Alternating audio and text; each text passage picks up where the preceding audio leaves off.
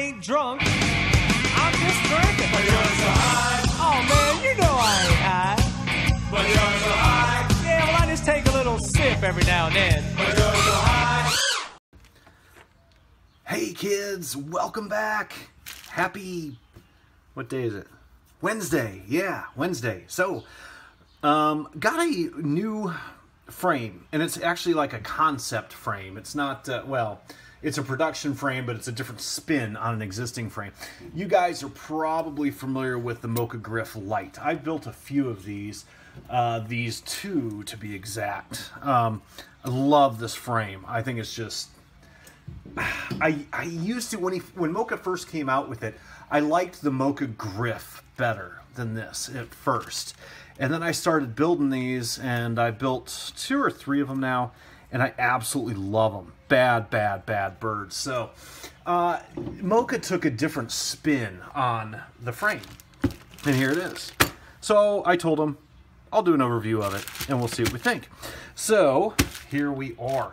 I don't think really, let me grab a knife. I don't think much of the specs have changed on them. Let's see here. Get out the goodies. Moka always packs her stuff pretty good. This base plate is the same as the Moka Gryff Lite. Then we got 5, count them, arms in here. And these are 5 mil thick arms. Very, very, very nice arms. Look at that. Bam! Thick shit there. And then we've got, that's for me. That's something else. And there is the hardware. And here is the TPU units, front and back. Okay? Now, this is all the same. Nothing is different with this versus this. Exactly the same. Okay? Except the top plate is now different.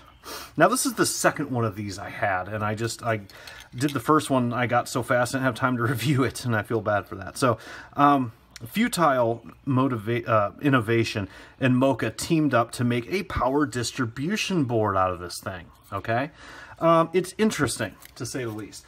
I've never seen a power distribution board that was built on the top. This is the top plate, not the bottom plate. It's interesting. This is not carbon fiber. Obviously, this is a PCB board, but it's still pretty tough. I think it'd take a pretty decent hit. And I'm going to show you, and I'm going to put a link in the description to Moka's website of obviously this frame and the instructions or the PDF file to this wiring diagram. Basically, it's all set up for your TBS Unify Pro, if that's what you're using, XM Plus or Crossfire Nano, your buzzer, video in, video out. These are all just specified traces. There are no components on this board, okay? This is all just a trace board. And it's pretty sweet if that's the way you want to rock. You can go through and solder through the top, blah, blah, blah. And like I said, I'll put the wiring diagram down below. It's pretty clever, but you know what I like? I'm not a big user of power distribution boards on quads. Never have been, probably never will be, just because my builds are so different. Everybody's builds are so different, but if you want to use that type of a gear, it's great. Now, the neat thing about this, I'll pop this guy together real quick, is I think it looks cool. Even it doesn't cost any more, as far as I know, than the original Moka Gryff Lite did. Okay, so that's cool, and it's just got kind of a. I like that design. I think it's kind of cool looking. You don't have to paint it, or you know, the big thing now is hydro dipping and all that crap. You don't have to do any of that shit. Now it's just got this kind of a cool little tone to it. So what we're going to do, I'm going to go ahead and pop this thing together. I'm going to do a frame build video. How cool is that, right? Stupid. Okay, so the base plate is 3 mil thick, symmetrical, right? So it doesn't matter. There's no front, there is no back. So we're just going to do this number. I'm going to slide one of these through here. I love how these are set up. Absolutely freaking cool. Okay, so go ahead, slide that on. Very simple frames. And one of the things I've always liked about Moka stuff. And like I said, yes, I'm a friend with the guy who owns the place, but I buy my frames. I don't get tons of free stuff from him or anything. I just genuinely love these frames. I always have. I found him, Moka, I should say, a while back, and just really never looked back for a bunch of my frames. I use a couple others too, but you know, as far as favorite frames go, definitely Moka is at the top of my list. Number one, actually. So here we go. There's your top plate. Now you just do the exact same thing with the back. And the thing that I like about these is the fact that you've got zip strip tie downs already cut into everything. You've got a totally symmetrical bird, so you don't have to think about, oh, is it left, is it right? Have I drank too many fucking roto twisters? Have I done this right? And these things hold up.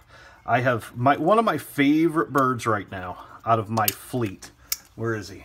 Is this guy right here, which is the Moka Gryff Lite with the Engineer X 2700 kV motors. This bird, and it's got the, I'm running the Odin firmware on the Helio spring, and that thing is just stupid. I mean, it's just the coolest bird. I probably fly that one. Right now, it's probably the most flown I've got. Believe it or not, I take that bird with me, and I didn't think it would be my favorite bird, but it is. Part of that's the frame, part of that's the setup. So very, very cool. Oh, shit the bed. So this is my quickie tutorial video on how to set one of these frames up. It's not terribly difficult, obviously. So I used the wrong screw somewhere. That's okay. You get the gist. Wasn't paying attention. Sorry. This screw is actually supposed to go through the post. But the principle's the same. So then we slide this down. Looks like we've got to open these up a little bit. 3D print. Boom. Okay. You have to scar that up a little bit. I really like this rear post. It's very cool. Oh, shit. How this thing all puts together and mounts up. Very cool. So we're going to go ahead and open this up a little bit. Looks like there's a little bit of printing flange there, which is no big deal. Not but a peanut. 2 seconds there. So take that out. Then the nose piece, this holds a micro, a Foxier micro arrow or whatever you want to do. This nose piece does fit around that carbon there. And then we stick our frame right there. Our frame top. And the reason I'm doing this is not so you guys can figure out how to build this. Any monkey can build this frame. It's not hard. But I want to get the all-up weight, because this one is actually, believe it or not, going to weigh a little bit less than the Moka Gryff Lite standard. Which, both of these birds cost the exact same. You just pick whichever one you want off the website. It's not like this is the V2 or the V1. I kept calling it the V2, and Moka's like, no, dude. It's just a different variant of the Moka Gryff. This thing's so easy, Bardwell could do it in under an hour. Seriously. It's very, very neat. Well, maybe not under an hour, but maybe if he had Mr. Makeup to help him out, could do it. All right, cool. So let's see what she weighs. It's a slick looking little frame. I like it. Dun, dun, dun, dun, the scale that tells no lies. 85 grams all up, 5mm arms. Bam, bam, bam. Very, very tough, very thick. I like it. I love these frames. They're just bad to the bone. Love them. So, check out the links below if you want to pick one of these up. They're very reasonable. Great, great quality. It's Moka. I love them. This will be my, let's see, 1, 2, 3, 4. If you count the Mokas, so like 7th one, or the Gryffs, but as far as the Moka Gryff Lites, I've built a few, and I love these frames. They're very, very cool. So, if you have any questions, guys, let me know. If not, I'll see you on the dark side. Keep shining side up. Bye.